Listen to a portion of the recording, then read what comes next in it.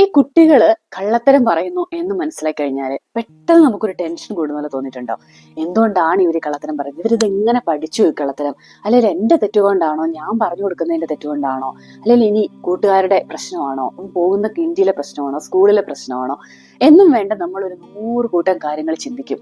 അത് പോരാത്തതിന് കുട്ടീനെ ചിലപ്പോൾ നമ്മൾ ഒന്ന് നല്ല രീതിയിൽ പറഞ്ഞു മനസ്സിലാക്കാനോ അല്ലെങ്കിൽ കുറച്ച് പണിഷ്മെന്റ് കൊടുക്കാനോ കുറച്ച് കോൺസിക്വൻസസ് കൊടുക്കാനോ ഒക്കെ നോക്കുകയും ചെയ്യും. ഇന്നത്തെ വീഡിയോയിൽ തീർച്ചയായും നമ്മൾ സംസാരിക്കാൻ പോകുന്നത് കുട്ടികൾ എന്തുകൊണ്ടാണ് ലൈ ചെയ്യുന്നത്, അല്ലെങ്കിൽ ഈ ലൈ എന്ന് പറയുന്ന സംഭവം ഇത്രയും വലിയ പ്രശ്നമാണോ, അല്ലെങ്കിൽ എന്തെല്ലാം മാർഗങ്ങൾ യൂസ് ചെയ്തിട്ടാണ് നമുക്ക് കുട്ടികളെ ഈ കള്ളത്തരം പറയുന്ന ബിഹേവിയറിനെ ഒന്ന് മാറ്റി വേറൊരു ട്രാക്കിലേക്കൂടെ നമുക്ക് നടത്തിക്കാൻ അവരെ ഹെൽപ്പ് ചെയ്ത് കൊടുക്കാൻ പറ്റുക. ഈ ടോപ്പിക് എനിക്ക് സജസ്റ്റ് ചെയ്തു തന്നിട്ടുള്ളത് അനലയാണ്. ഒരു കമന്റ് എനിക്ക് വന്നിട്ടുണ്ടായിരുന്നു, ഇതിനെപ്പറ്റി ലൈങ്ങിനെ പറ്റി ഒരു വീഡിയോ ചെയ്യാവുന്ന. അപ്പൊ നമുക്ക് ഒട്ടും സമയം കളയാതെ ഈ ടോപ്പിക്കിനെ പറ്റി ഒന്ന് ഡിസ്കസ് ചെയ്യാം. ആദ്യം തന്നെ നിങ്ങൾക്ക് ഇച്ചിരി സമാധാനമുള്ള ഒരു കാര്യം ഞാൻ പറഞ്ഞുതരാം. ഈ ലൈങ് എന്ന് പറയുമ്പോൾ നമ്മൾ വിചാരിക്കും ഭയങ്കര ടെൻഷൻ ഉണ്ടാക്കുന്ന ഒരു കാര്യമാണ്. ടെൻഷൻ ഉണ്ടാക്കുന്ന കാര്യമാണ്, അല്ല ഞാൻ പറയുന്നില്ല. എന്നാലും ചില സമാധാനങ്ങൾ ഇതിനുണ്ട്. ഒന്നെന്ന് പറയുന്നത് ലൈങ്ങിനെ ശരിക്കും പറഞ്ഞിട്ടുണ്ടെങ്കിൽ ഭയങ്കര ഇഫേർട്ട് കുട്ടികൾ എടുക്കേണ്ട കാര്യമുണ്ട്. ലൈങ് ചെയ്യണമെങ്കിൽ ഒരു കുട്ടിക്ക് ഈ മറ്റ് ഓപ്പോസിറ്റ് നിൽക്കുന്ന ആളുടെ മനസ്സിൽ എന്താണെന്ന് അറിയണം.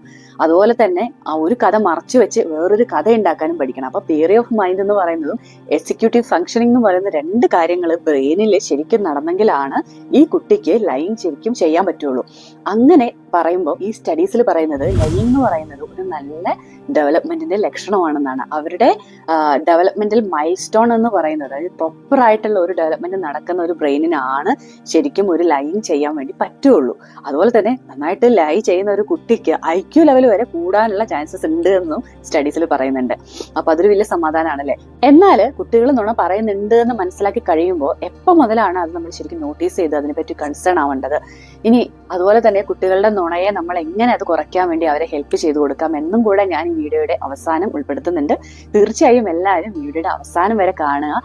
അപ്പൊ നമുക്ക് കുട്ടികളെ നുണ പറയാതെ വളർത്തുക, അതായത് നുണയേ പറയില്ല എന്റെ കുട്ടി എന്ന് എക്സ്പെക്ട് ചെയ്യുന്നത് ബിറ്റ് ടൂ മച്ച് ആയിരിക്കും. കാരണം എന്ന് വെച്ചിട്ടുണ്ടെങ്കിൽ സ്റ്റഡീസിൽ പറയുന്നത് ഒരു ദിവസം ശരാശരി മനുഷ്യൻ 1 മുതൽ 3 വരെ നുണകൾ പറയാൻ ചാൻസസ് ഉണ്ടെന്നാണ്.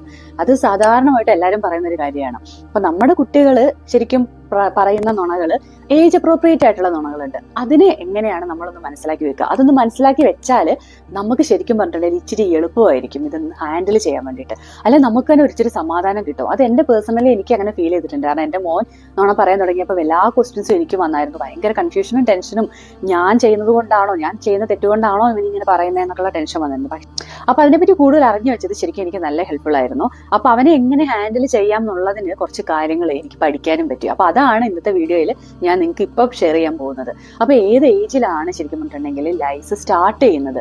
2 to 5 ഇയേഴ്സിലാണ് ശരിക്കും പറഞ്ഞിട്ടുണ്ടെങ്കിൽ ലൈസ് സ്റ്റാർട്ട് ചെയ്യുന്നത്. ഇത് എപ്പോഴാണെന്ന് വെച്ച് കഴിഞ്ഞാൽ എന്റെ അറിവിനേക്കാളും ഡിഫറെന്റ് ആയിട്ടുള്ള കാര്യമാണ് എൻ്റെ അമ്മയ്ക്ക് അറിയാവുന്നത്, അല്ലെ എൻ്റെ അച്ഛൻ അറിയാവുന്ന എന്ന ആ ഒരു റിയലൈസേഷൻ കുട്ടികൾക്ക് വന്ന് തുടങ്ങുമ്പോഴാണ് അവര് ആ ഒരു നുണകള് അവർ പറഞ്ഞു പഠിക്കാൻ ശ്രമിച്ചു തുടങ്ങുന്നത്.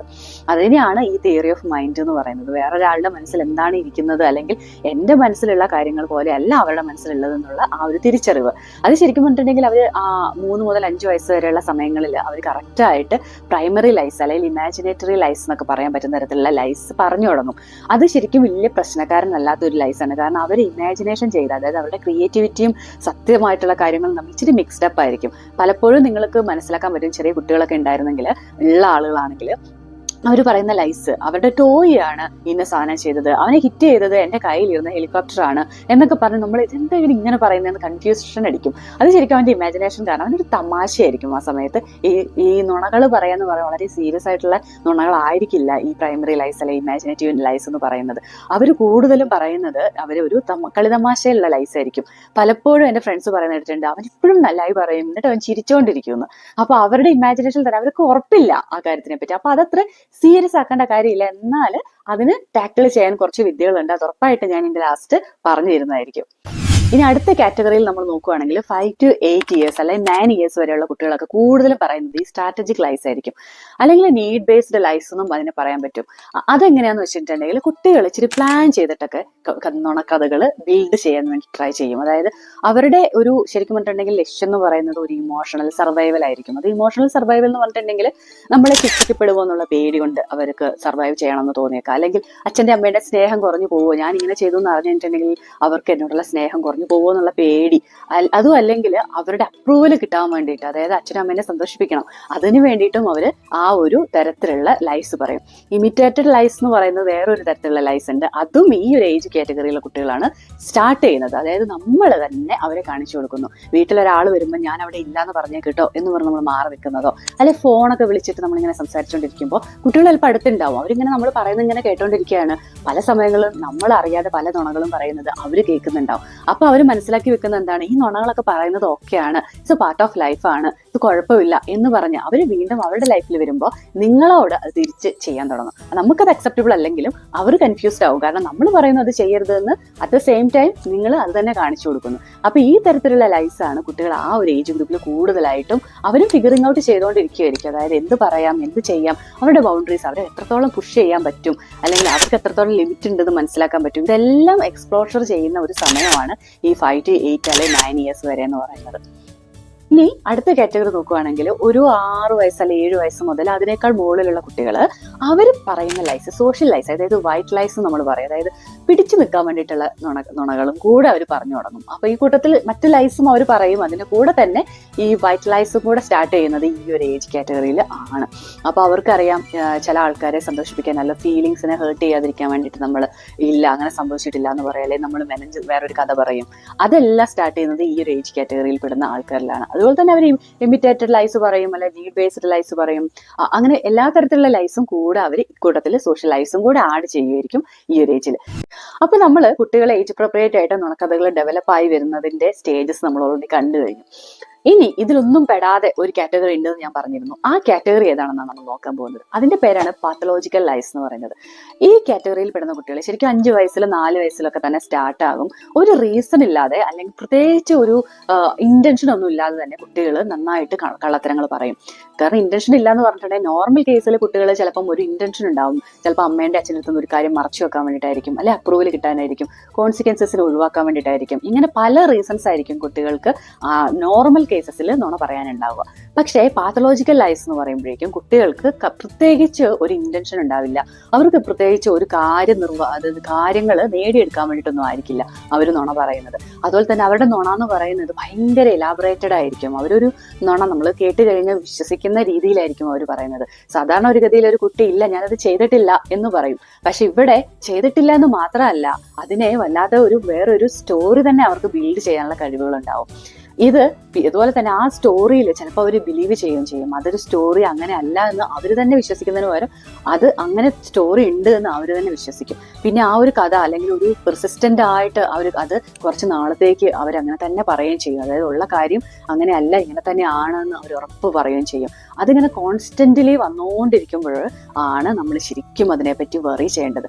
ഈ കാറ്റഗറിയിലുള്ള കുട്ടികൾ എന്ന് പറഞ്ഞിട്ടുണ്ടെങ്കിൽ പലതരത്തിലാണ്, അതായത് പലതരത്തിലുള്ള റീസൺ കൊണ്ടാണ് ഈ കുട്ടികൾ പാത്തലോജിക്കൽ ലൈസ് ശരിക്കും സ്റ്റാർട്ട് ചെയ്യുന്നത്. എന്തിനാന്ന് വെച്ചിട്ടുണ്ടെങ്കിൽ ഒന്ന് അവർക്ക് ട്രോമറ്റിക് ആയിട്ടുള്ള എന്തെങ്കിലും ഇവന്റ്സ് ഉണ്ടായിട്ടുണ്ട്, അല്ലെങ്കിൽ നമ്മൾ ഫാമിലിയിൽ നെഗ്ലക്റ്റഡ് ആയിട്ടുള്ള കിഡ്സ് ആണ് അവരെങ്കിൽ അങ്ങനെ അവർ ആ ലൈസ് ഉണ്ടാവും. ലോ സെൽഫ് എസ്റ്റീം ആണ് അവർക്ക് ഓൾറെഡി ഉള്ളതെങ്കിൽ അവർക്ക് ഈ ലൈസ് എന്ന് പറയുന്നത് അവരുടെ സേഫ് സ്പേസ് ആയിരിക്കും. അവർ നുണ പറഞ്ഞിട്ട് അവർക്കത് ഭയങ്കര കംഫർട്ടിങ് ആണ്. അപ്പോൾ അത് ചെയ്യുമ്പോൾ അവർക്ക് കുറച്ചും കൂടി സെൽഫ് എസ്റ്റീം കൂടുന്നുണ്ട്. അങ്ങനെയുള്ളപ്പോൾ അവരെ കഥകൾ തന്നെ ഉണ്ടാക്കിക്കൊണ്ടിരിക്കാൻ നോക്കും. ഇനി ഇതല്ലെങ്കിൽ അവർക്ക് ഡെവലപ്മെന്റൽ ഡിലേസ് ഉണ്ടെങ്കിൽ, ADHD ഉണ്ടെങ്കിൽ, അല്ലെങ്കിൽ അവരുടെ എക്സിക്യൂട്ടീവ് ഫംഗ്ഷനിങ്ങിൽ ബ്രെയിനിൽ ചില തകരാറുകളൊക്കെ ഉണ്ടെങ്കിൽ, ഇങ്ങനെയുള്ള റീസൺസ് എല്ലാം ഉള്ളപ്പോഴാണ് ശരിക്കും പറഞ്ഞിട്ടുണ്ടെങ്കിൽ കുട്ടികൾ പാത്തലോജിക്കൽ ലയേഴ്സ് ആയിട്ട് മാറുന്നത്. അപ്പം നമ്മൾ ശരിക്കും പറഞ്ഞിട്ടുണ്ടെങ്കിൽ അവർ ഒരുപാട് കറക്റ്റ് ചെയ്യാനോ അല്ലെങ്കിൽ അവരെ വല്ലാതെ ശിക്ഷിക്കാനോ നിൽക്കുന്നത് അവരോട് ചെയ്യുന്ന ഏറ്റവും വലിയൊരു തെറ്റായിരിക്കും. നമ്മൾ കൂടുതൽ സമയത്തും ഇത് മനസ്സിലാക്കി കഴിഞ്ഞിട്ടുണ്ടെങ്കിൽ പെട്ടെന്ന് തന്നെ ഒരു പ്രൊഫഷണൽ ഹെൽപ്പ് എടുക്കുന്നതായിരിക്കും നല്ലത്. കാരണം ഇതിനെ ശരിക്കും ട്രീറ്റ് ചെയ്യേണ്ടതുണ്ട്. അതിനെ ശരിക്കും പറഞ്ഞിട്ടുണ്ടെങ്കിൽ കുട്ടികളെ നാവിഗേറ്റ് ചെയ്യാൻ വേണ്ടിയിട്ട് പാരൻസ് പഠിക്കേണ്ടത് തന്നെയുണ്ട്. അപ്പം ഈ ഒരു കാറ്റഗറി എന്ന് പറഞ്ഞിട്ടുണ്ടെങ്കിലാണ് നമ്മൾ ശരിക്കും മനസ്സിലാക്കേണ്ട ഒരു കാറ്റഗറി. ഇച്ചിരി നമ്മൾ പാരൻസ് ഇനിഷ്യേറ്റീവ് എടുത്ത് അവരെ ഹെൽപ്പ് ചെയ്ത് കൊടുത്തെങ്കിൽ മാത്രമേ കുട്ടികൾക്ക് അത് ചേഞ്ച് ആയിട്ട് വരാൻ പറ്റുള്ളൂ. ഈ കുട്ടികൾ നമ്മൾ പറയുന്നുണ്ട് എന്ന് കണ്ടു കഴിഞ്ഞിട്ടുണ്ടെങ്കിൽ ആദ്യം തന്നെ നമ്മൾ പാനിക് ആവേണ്ട കാര്യമില്ല, നമ്മൾ പെട്ടെന്ന് തന്നെ ദേഷ്യപ്പെടേണ്ട കാര്യമില്ല, നമ്മൾ കാം ആവാൻ നോക്കുക. കാരണം അവരുടെ ഒരു റീസൺ എന്ന് പറയുന്നത് അവർ ഇമോഷണൽ സർവൈവലിന് വേണ്ടിയിട്ടാണ് അവർ ഈ ടാക്ടിക്സ് യൂസ് ചെയ്യുന്നത് തന്നെ. അപ്പം നമ്മൾ ഇമോഷണലി റെഗുലേറ്റഡ് അല്ലെങ്കിൽ കുട്ടിക്ക് ഒരിക്കലും നമ്മളോട് സത്യം പറയാൻ പറ്റില്ല. അങ്ങനെ ഒരു സിറ്റുവേഷൻ വന്നു കഴിഞ്ഞിട്ടുണ്ടെങ്കിൽ നമ്മൾ അവരോട് റെഗുലേറ്റഡ് ആയി കാണിച്ചു കൊടുത്ത് നീ സേഫാണ്, നീ എന്നോട് സത്യം പറയുന്നത് കൊണ്ട് ഞാൻ നിന്നെ ഉപദ്രവിക്കാനോ അടിക്കാനോ അല്ലെങ്കിൽ നിന്നെ കുറ്റപ്പെടുത്താനോ പോകുന്നില്ല, നിന്നെ ഞാൻ ജഡ്ജ് ചെയ്യാൻ പോകുന്നില്ല, നീ സേഫാണ്, നീ ഡേഞ്ചറിലല്ല എന്നുള്ള കാര്യം നമ്മൾ ഉറപ്പാക്കിയെങ്കിൽ മാത്രമാണ് അവരുടെ ബ്രെയിനിന് ഓക്കെ ഈ സിറ്റുവേഷൻ ഞാൻ ഡേഞ്ചറിലല്ല കേട്ടോ, ഓക്കെ എനിക്ക് ഇവിടെ സത്യം പറഞ്ഞു കഴിഞ്ഞിട്ടുണ്ടെങ്കിൽ ഞാൻ ഓക്കെ ആണ് എന്നുള്ള മെസ്സേജ് വരെ കിട്ടിയിട്ട് ആ കുട്ടി ഓപ്പൺ അപ്പ് ആവുള്ളൂ. അതുകൊണ്ട് നമ്മൾ അവർക്ക് വേണ്ടിയിട്ട് ഇച്ചിരി സമയം കൊടുക്കണം. അതുപോലെ തന്നെ അവർക്ക് വേണ്ടി കുറച്ച് സമയം നമ്മൾ സ്പെൻഡ് ചെയ്യുകയും വേണം. പിന്നെ അതുപോലെ തന്നെ ചിലപ്പോൾ കുട്ടികൾക്ക് ഒരു കാര്യം ചെയ്ത് കഴിഞ്ഞിട്ടുണ്ടെങ്കിൽ നമുക്ക് ക്ലിയർ ആയിട്ട് അത് കാണാൻ പറ്റും. അവർ അത് എന്തെങ്കിലും ഒരു സാധനം സ്പില്ല് ചെയ്തിട്ടുണ്ട്, ഫോർ എക്സാമ്പിൾ മിൽക്ക് സ്പില്ല് ചെയ്ത് കിടക്കുന്നു, ഇത് ആരെ ഇങ്ങനെ ചെയ്തത്, നീ എന്തിനാ ഇങ്ങനെ ചെയ്തതെന്ന് ചോദിക്കുന്നതിന് പകരം നിങ്ങളിവിടെ മിൽക്ക് സ്പില്ല് ചെയ്തത് ഞാൻ കണ്ടിട്ടുണ്ട്, എന്നാ തുണി ഞാൻ എടുത്തു തരാം, നീ തുടച്ചേക്ക് എന്ന് പറയുന്നതായിരിക്കും കുറച്ചും കൂടി ഈസി. കാരണം നമുക്ക് ഓൾറെഡി നമ്മൾ കണ്ടിട്ടുണ്ട് അവർ ചെയ്തിരിക്കുന്ന ഒരു കാര്യം. അപ്പൊ നമ്മൾ അവരോട് ചോദിക്കുന്നത് നമ്മളോട് ചെയ്യുന്ന ഒരു ലൈ അല്ലേ, അത് ശരിക്കും പറഞ്ഞാൽ നമ്മൾ തന്നെ അവിടെ ലൈ ചെയ്യുന്നുണ്ട്. കാരണം നമുക്കറിയാം, എന്നിട്ട് നമ്മൾ ചോദിക്കുകയാണ്, അത് ശരിക്കും ഒരു ലൈ ആണ്. അപ്പൊ അങ്ങനത്തെ സിറ്റുവേഷൻ ഒഴിവാക്കി കൊടുത്തിട്ട് കുട്ടികൾക്ക് നുണ പറയാനുള്ള ഒരു അവസരം നമ്മൾ ഉണ്ടാക്കി കൊടുക്കാതിരിക്കുന്നത് ഏറ്റവും ഉചിതമായിട്ടുള്ള ഒരു കാര്യമാണ്. ഇനി ഇൻ കേസ് കുട്ടികൾ നുണ പറഞ്ഞു എന്ന് തന്നെ ഇരിക്കട്ടെ, ഞാൻ അപ്പൊ പറയാൻ പറ്റുന്ന ഒരു കാര്യം, ഞാനൊരു 5 മിനിറ്റ് ഞാൻ അടുക്കളയിലേക്ക് പോവുകയാണ്, അല്ലെങ്കിൽ ഞാൻ പുറത്തേക്ക് പോവുകയാണ്, ഞാൻ തിരിച്ചു വന്നു കഴിയുമ്പോൾ നിനക്ക് ഒരു അവസരം കൂടി ഉണ്ട് ഇതിനെപ്പറ്റി പറയാൻ വേണ്ടിയിട്ട്, പക്ഷെ നീ സേഫ് ആണ്, നിന്നെ ഞാൻ ഉപദ്രവിക്കില്ല, പക്ഷെ എനിക്കിഷ്ടം നീ സത്യം പറയുന്നതാണ് എന്ന് പറഞ്ഞ് നിങ്ങൾ അവിടെ നിന്ന് റിമൂവ് ആയിട്ട് 5 മിനിറ്റ് കഴിഞ്ഞിട്ട് വന്ന് ചോദിക്കുക.